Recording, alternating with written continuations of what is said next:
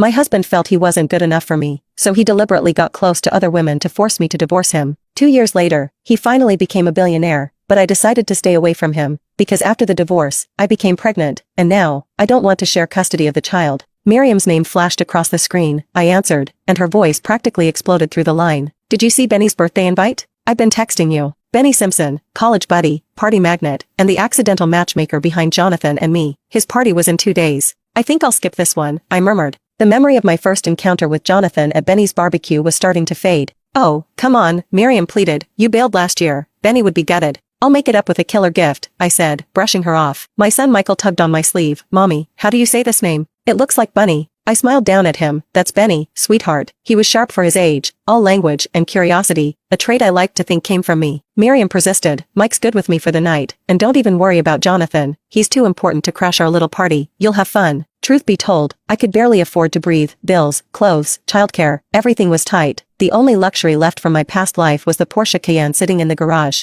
gathering dust. Still, when the night arrived, I pulled myself together and drove to the hotel. Benny's laugh echoed across Rose Hall as I walked in. Look who finally showed up, he bellowed. Traffic, I smiled, handing him a wrapped gift, and this one's from Miriam. I scanned the room, no sign of Jonathan. Relief swept over me. Someone near the bar whispered, who's the stunner? Benny grinned. That's Teresa, Nure University's finest. Hands off. She's taken. Taken? Since when? Before I could ask, Benny glanced at his watch. I scanning the door. We're missing one more. That's when I heard the voice, smooth, deep, and unmistakably his. Apologies, traffic was brutal. My heart skipped. Jonathan, there he was. Sharp as ever in a long black coat, commanding attention like it was his birthright. When his eyes met mine, I raised my glass with a hollow smile. Didn't expect you here, he said, like we hadn't spent years apart. Been a while, I replied. He sat beside me. Benny's doing, obviously. You two are still so formal, even as a couple, Benny teased, ignoring my glare. Jonathan Lin, CEO of Horizon Lead Group, Benny announced, prompting a wave of admiration and toasts. Someone even called me Mrs. Lin, but Jonathan cut in gently. She's a lightweight, soft drinks only. Overwhelmed, I excused myself. As I passed him, my stocking brushed his pant leg, triggering a static shock that zinged through me. My face flushed.